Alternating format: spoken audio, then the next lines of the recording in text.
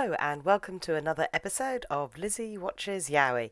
And today I am watching the 1998 OVA of Fake. Now this is one I actually have read all the manga for, and I read the manga back in the day because it all got translated, and I watched the OVA. And I think this OVA kind of is somewhere between the manga because obviously they haven't quite gotten together properly like they did in the manga at the end. They're still in that like in betweeny stage. I'm really enjoying the manga because it was actually more about like the cases and the crimes and the solving of the mysteries and the detective work with an element of romance and the will they won't they and will they get together. So it's not straight up yaoi, it's actually got a lot of plot. But this fun OVA, it's about an hour long, so like a mini movie really, is really good. This OVA is a lot of fun. It's got the character designs, it's got the sense of humour from the manga, it's got an interesting mystery behind it, it's got a little bit of their relationship, it's well animated. I love the character designs. I love D, always have.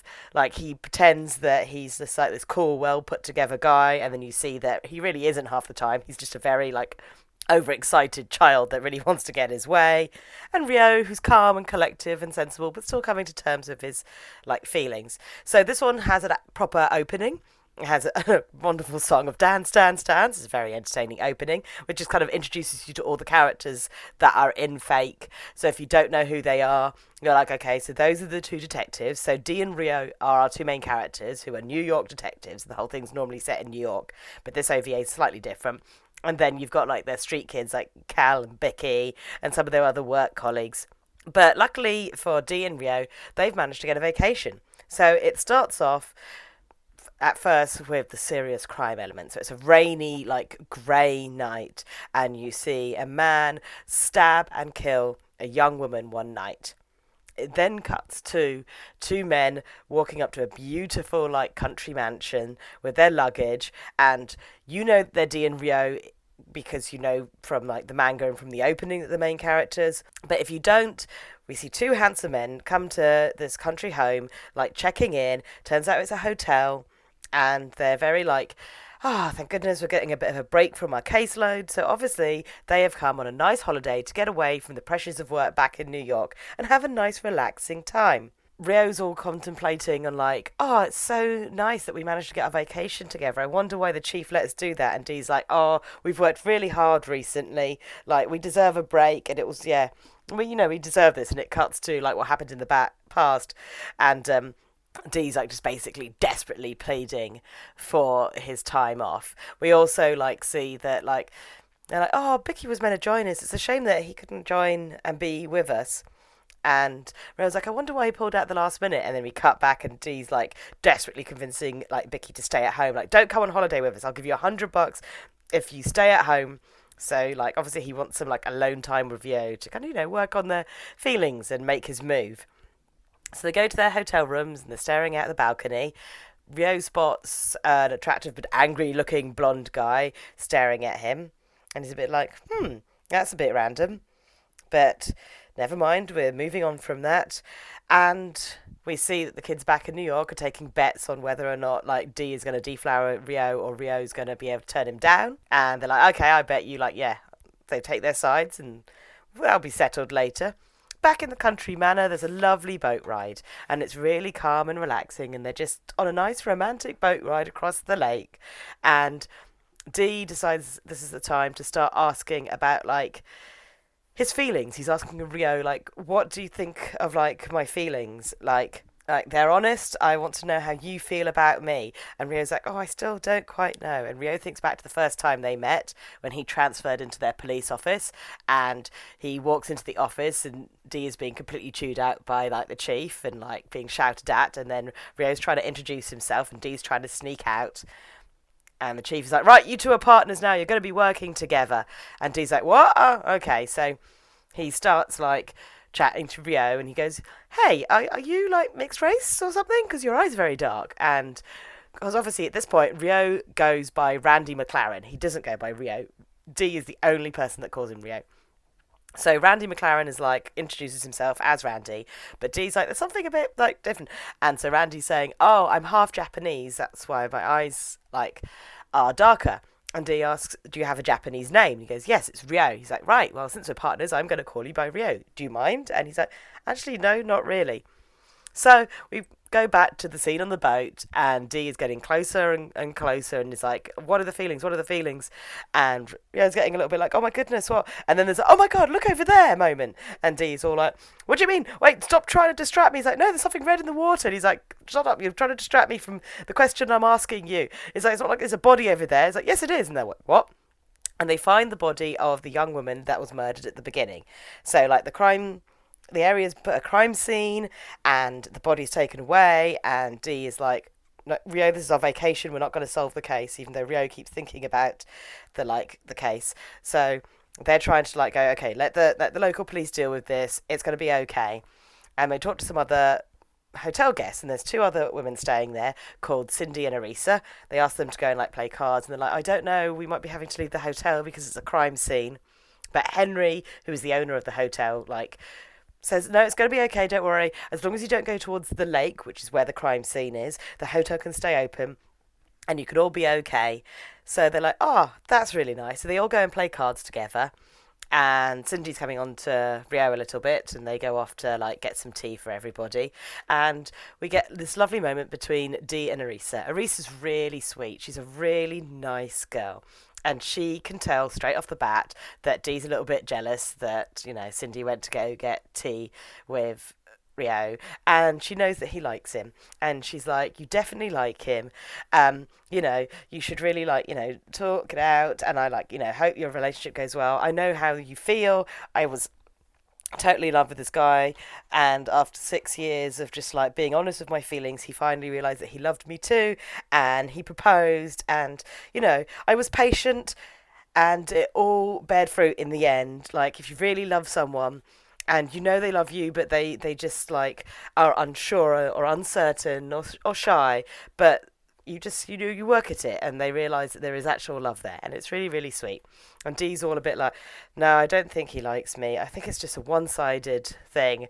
I like him so much, but like, I don't know if anything's going to come of this. And she goes, no, the whole time we were playing cards, whenever you were talking, whenever you weren't noticing, he was looking at you. He was staring at you. Rio definitely like has feelings for you as well. You're going to be okay. And Dee's like, you know what? I really like you. We're going to be friends. And the two of them are like, yay, friends. And it's really sweet because it's like, oh, it's a nice little friendship between like, these two guys without anything like romantic going on. She's engaged and Dee's obviously madly in love with Yo, but they're supporting each other, and it's really lovely. So we get to a night, and it's finally night time, and Dee's like, I'm finally going to make my move. I've got my wine, it's night, we're alone, it's time to get this on. So he goes to hang out with Rio, and Rio's like, let's go drink wine in the balcony. So they drink wine on the balcony, and Dee is like telling Rio to stop talking about the case, and then he kind of like, pins him to the floor, and he's like, just stop it. And Rio's like, I don't get what's going on. And Dee's like, I'm getting jealous. And he's like, what have you got to be jealous of? All you do is talking about this case when we're meant to be having a lovely time together. And Rio starts giggling at him, and well, Rio's looking all beautiful with a couple of buttons of his shirt like undone, pinned to the floor, hair swept. And Dee takes this opportunity to kiss him, and they share a lovely mutual kiss. And Dee's like, you're very compliant. How come you let me kiss you? It's like, well, I'm thinking. And he's like, you can't just like use kisses to think like how you feel about this relationship. It's like it's not really fair on me, which is of like which I think is fair. And Ray was saying, well, I remember that time when you like told me to not mess around with your feelings, and we see a little flashback of like Dee shouting at Rio, getting angry, going, do not turn my feelings into a joke. They are real. They are not a joke. I am not doing this to tease you. And we get cut back to the balcony, and Dee's like, look, if you don't like this, you need to push me away.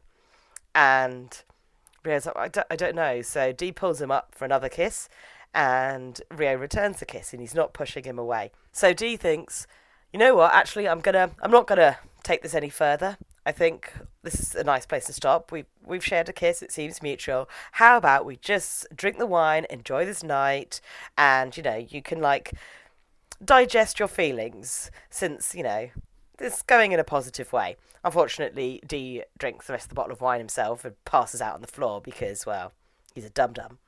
And Rio's like, oh dear, drunk D. Puts him in his bed, but then he hears a noise outside, and oh no, he goes to look for ice. He goes to look for ice, and he bumps into Arissa in the corridor, who's holding a Peter Rabbit bunny. And Arissa's like, oh, I thought I heard like a knock at my door, but there doesn't appear to be anybody here. And she's like, oh, you're spending some time with D. It's so cute. You two would like make a nice couple. And he's like, no, we're not like that. And she's like, you need to be more honest with your feelings. Like, I feel sorry for D. And he's like, why do you feel sorry for D? And she's like, well, he's honest with his feelings and you know how he feels and he's not afraid to show it and to express how much he cares for you, but you're still on the fence and you still don't know like what you want and you're not being honest. Like, the look on your face is enough to convince me that you like him back. You really do. And it's obvious that Rio likes D back. He's just being slow. And then she tells them the story about how her fiancé was meant to be at the hotel, but he had to work, so he gave her this Peter Rabbit doll, and she's kind of missing him and feeling lonely, but at least she's got her lovely bunny to, like, look after, and, you know, that Rio should be more honest. And then she finishes off like, I'm going back to bed now, but tomorrow we should definitely hang out and talk more. And Rio's like, definitely should. Like, yeah, I'll see you in the morning. And it's a sweet little scene. Arissa's just this lovely girl, absolutely lovely girl. But then Rio hears some noises. At the same time, Dee comes stumbling out of the room, like, wanting to vomit, and he's like, oh, I've got to look after you. So, like, look, we'll clean you up, we'll let you vomit, we'll go and get some, like, ice or water or something for your hangover. And he's like, I'll come with you. And in the drunken stupor, Dee kind of follows along, but Rio hears something in the kitchen, and we see someone, like, unwrapping a bloodied knife, and something's going on, and Dee's a bit like, what's going on? And they fall through the doorway, upsetting the mystery man in the darkness, who happens to be the blonde guy. First pulls a gun on them, spots it's them, and then runs off. And they're all like, well, that was a bit weird. And then the hotel owner and the chef are randomly there going, what's going on here? And it's like, oh, my friend's a bit drunk. He's like, oh, here's some medicine, go back to bed. So they start heading back to their room. And the blonde guy in the trench coat who's been sneaking about is like, oh, you're not very clever for, like, detectives. You're leaving, like, this lying around. Oh, by the way, here's my credentials. I'm Lieutenant Berkeley Rose, and I'm investigating the murder of the young woman. So it turns out this blonde guy we've seen sneaking about is, in fact, a detective, and he is on the case to try and solve the mystery of the murder. So he takes the two of them to the crime scene, and he explains a bit of what's going on, about how there's been a lot of missing people in the area. But, like, no one's really, like, reporting it. The press don't want to, like, get too involved because they think it'll be, like, well, bad press for the area and it needs tourism because, the area's not getting a lot of attention and they just don't want to... The locals don't want the area to get a bad reputation. But he still thinks there's something afoot. And he's like, oh, he's treating it a little bit like, oh, this is a game and a mystery to solve. And Dee doesn't particularly like that. But Rose does ask them to join the case, and Dee's like, no, thank you. This isn't a game. Like, I'm going back. And Rio's like, I get where you're coming from. I get that there's a mystery here, but I agree with Dee. I don't want to treat this like a game. I'm also going back. And Rose is like, oh, he seems all soft and delicate, but he's got some bite to him. And he's like, oh, no, don't you fancy Rio as well? Dee's not going to cope with that very well. So they go back to the hotel room, like, digest a bit of the information about how there's been a lot of missing Japanese and people of Japanese descent in the area. And they're not quite sure, but this is, like, the first proper, like, murder case. But Dee's a bit mad, and Rio's like, oh, I can understand why he's mad. He probably doesn't like that Rose guy. He's definitely the type of guy that's going to rub him up the wrong way. And Dee says out loud, you must think I'm acting so childishly. And Rio's like, no, honestly, I'm not. I actually kind of thought, this is how you would respond to it. No, you're thinking it through. It's fine. And then Rio's about to go off to bed, and he suddenly remembers Arissa saying, be more honest with your feelings. So he leans down and he kisses him. And, they kiss on the bed, and it revitalizes Dee. He's like, well, if you've kissed me, let's get it on. I'm back. And Rio's like, no, Dee getting a little bit molesty and rapey, even trying to, like, rip off Rio's clothes, going, come on, let's get it on. It's going to be great. Way. And Rio's like, stop it, Dee, no, this is not the time. This is not the place. I thought you were, like, hungover. I thought you were poorly. I thought you were sad. Stop it. But then they hear giggling coming from the closet. And it turns out, magically, Bicky and Cal have managed to find their way to the hotel and have been hiding out in the cupboards to see who wins the bet. And so they bicker a bit about how, like, the who's won the bet, and then they come to a consensus that it's a bit of a draw.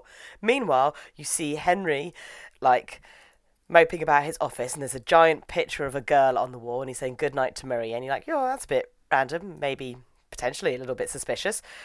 And they're doing the slanty eyes, slightly suspicious music, and you're like, what's Henry got to do with this case? So the next morning, they all go down to breakfast. Rio asks after Arissa and Cindy because they're meant to hang out, and Henry's like, oh no, those two girls checked out and left, which Rio's a bit like, oh, but we were going to hang out. This is a bit weird. They get on with their day, and which is far more stressful now because, you know, Bicky and Cal being like kids are just running mental. But it finally gets to night time, and Dee is like, okay, I'm going to sneak into Rio's room. Tonight is the night I'm going to, like, yeah, I'm going to get my way. And then obviously Bicky bumps into him in the corridor going, what you doing? I'm here to protect, like, Rio's, like, virginity. And Dee's like, oh, you little brat. And they're bickering away, and then they hear the sound of, like, crying. So they go to investigate the sound of crying, and they see the ghost of, well, look, Maria. They don't know who it is at the moment, but we know it's Maria because we've seen the painting. And they're like, ghost! They go tell Rio, and Rio's like, stop being silly, there's no such thing as ghosts. And they're like, fine, if you don't believe us, we're going to go sulk. And so they go sulk in Dee's room, and Dee gets no sleep because Bicky's just, like, running around his bed kicking him in the face. So he's very tired the next morning. And yeah, so they go to try and have a nice relaxing breakfast, but again, shenanigans are happening because the kids are being a bit, like, mad and crazy. And yeah, it's poor Dee. He's choking on coffee, being disturbed, and then the two kids are kind of, like, rolling around the place. Well, they're actually literally rolling around the place because they're on rollerblades now, and they start to, like, roll around the hotel, and they crash into the office. Then you hear some more screaming. So Dee and Rio run, and it's Bicky screaming at the painting, going, oh my god, that's the ghost. And then Henry comes along and tells them that that's a picture of his daughter, Maria, who 5 years ago tragically died.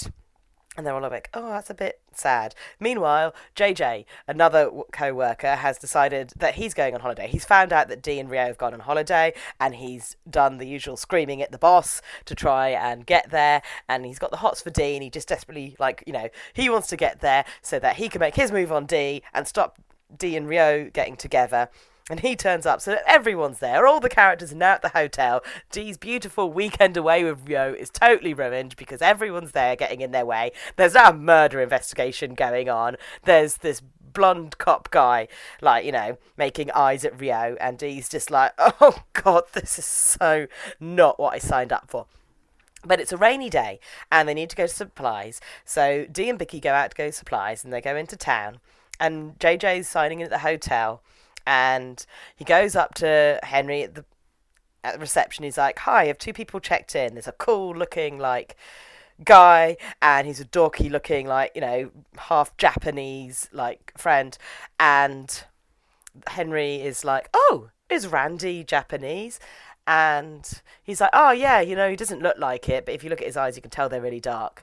And Henry's like, oh, yes, they did check in. And at this point, like, Dee and Rio and the gang are coming down the stairs, and JJ is trying to throw himself at Dee, but, like, Dee jumps out of the way, and he nearly kisses Rio, and it's all a bit like, rah, noisy and chaotic and silly. But you can see that Henry's making dun-dun evil eyes at them, and you're like, oh no, he's getting more suspicious by the minute. So as I said, Dee and Bicky go shopping, and they're in town, and Rio and Cal are having some breakfast and some tea while waiting for them. And then we cut to town. So Dee bumps into Rose in town, and, like, they're like, oh, begrudgingly chatting to each other because, well, they kind of are both there in the rain, and they decide to start talking about the case. And some more details come to light, like how all the people who have been disappearing are obviously, like, Japanese or of Japanese descent. It turns out that, like, you know, 5 years ago, the daughter was killed by some Japanese tourists who had been, like, staying at the hotel. The woman that had recently been murdered was also of Japanese descent. So Rose and Dee have, like, come to the conclusion that Henry does have a motive for this, which starts getting Dee really panicky because he's like, wait a minute, like, if he's going after Japanese and Japanese people of descent, then like Rio's in trouble. And Rose is like, "What do you mean he's in trouble?" It's like, well, he's half Japanese and he's at the hotel right now. And so it's all like, "Oh no, it's oh dear, quick, we must we must go and catch him." Dee decides that the car is far too like slow and he's going to take the motorbike. And the reason he's in such a panic is because obviously Rio used his name Randy, but JJ's coming shopping with them, and JJ's like, "Oh yeah." Even the owner of the hotel didn't realize that like Rio was half Japanese, and this is Dee loses it, nearly punches him, but throws him on the floor, going, "You idiot!" Now he knows. So he gets on the motorbike and he's rushing to the hotel, and the others are slowly scrambling to get in the car and follow. So we cut to the hotel, and they're having tea, and then poor Cal passes out, and it's clear that she's been drugged.